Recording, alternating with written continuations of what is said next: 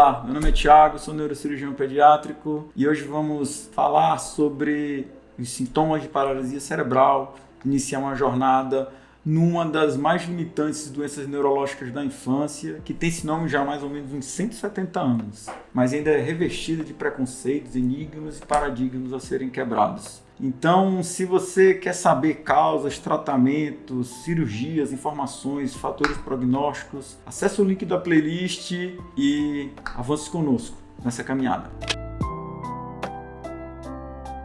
Uma das coisas mais complexas de paralisia cerebral é definir paralisia cerebral. Mas é um conceito que ele é clínico. Então, toda doença que limita a atividade motora da criança acomete ela até os 2 anos de idade. Tem um caráter que não progride, ou seja, é fixo, é uma paralisia cerebral. E isso é importante porque existe uma série de coisas que parecem paralisia cerebral e não são paralisia cerebral. Então ela tem que acometer a criança até 2 anos de idade, ela tem que limitar a movimentação, ela tem que ser fixa, ela não pode ser progressiva, apesar de ao longo da vida ela piorar. E a importância disso é que os imitadores da paralisia cerebral, uma parte desses imitadores, eles são tratáveis. Então, nós teremos a oportunidade de falar sobre camaleões e o quanto que o diagnóstico bem dado pode mudar a vida dessas crianças. A paralisia cerebral por si só, hoje a gente considera como se fosse um grande guarda-chuva. Várias condições estão por baixo do que essa paralisia cerebral.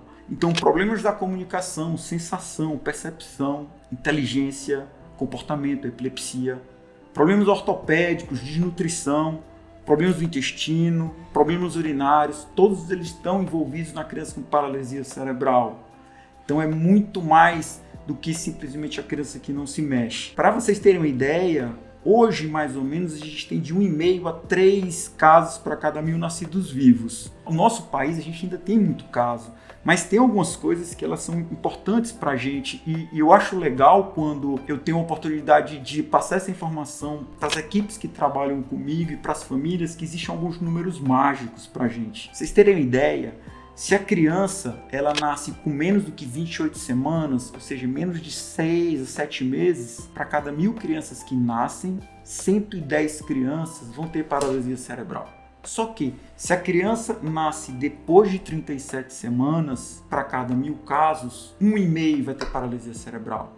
Isso mostra o quanto que o amadurecimento da criança dentro da barriga da mãe é importante para se evitar uma condição como essa. E é por isso que a prematuridade ela é tão envolvida como uma das principais causas de paralisia cerebral. Uma outra coisa que a gente leva muito em consideração é o peso. Aquilo de saber o peso da criança quando nasce não é só uma informação que é legal que a gente põe lá naquele papel.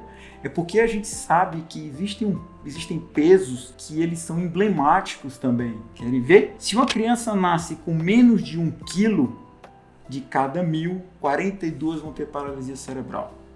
Agora, se a criança ela nasce com mais de 2,5 kg, de cada 1.000, uma vai ter paralisia cerebral.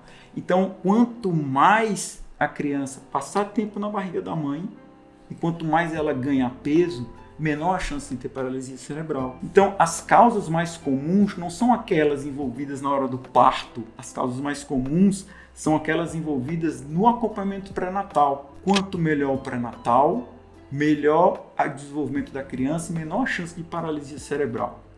Então, os fatores principais, tanto que a gente coloca aqui, assim, os fatores pré-natais, esses envolvidos com começo pré-natal, se a mãe está tomando algum remédio, se começou a fazer as consultas, se está tomando as vitaminas, 75% dos casos vão ser relacionados a isso. Aqueles casos relacionados com a criança que teve um problema na hora de nascer, a criança que teve a história de ter a hipóxia, a falta de oxigênio, isso pode acontecer?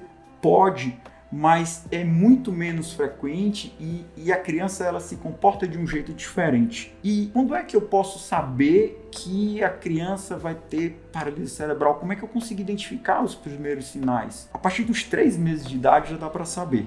Então, assim, se eu tenho uma criança que tem uns 3 meses de idade, entre 3 e 6, mas ela é muito mole como se fosse um boneco, ou a cabeça cai muito quando você tenta levantar a criança, ou quando você põe ela no braço, ela se estende demais, ou quando você levanta a criança, as perninhas se cruzam. Em crianças um pouco mais velhas, 6 meses, você tenta botar a criança sentada, ela não senta, ela não rola. E mesmo que a criança não tenha um lado mais fraco do que o outro, isso já chama a atenção para a gente para a paralisia cerebral. O mais comum é que essas crianças cheguem e elas sejam identificadas pelas famílias e pelos cuidadores quando ela está com mais de 10 meses, que é quando ela começa a precisar ter que andar. E aí, em vez dela andar, ela se movimenta rastejando. É como se ela empurrasse o corpo para um lado enquanto ela arrasta o outro. Ela dá um jeito de se mexer, mas a gente vê que a movimentação ela é assimétrica.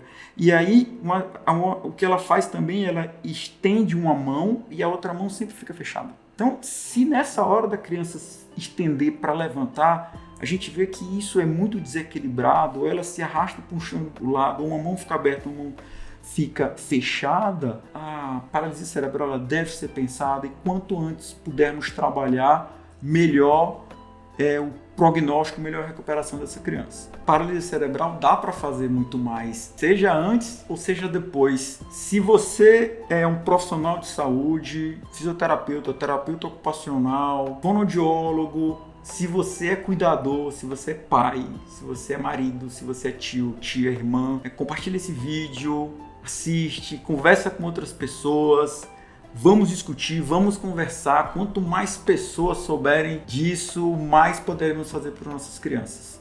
Até a próxima!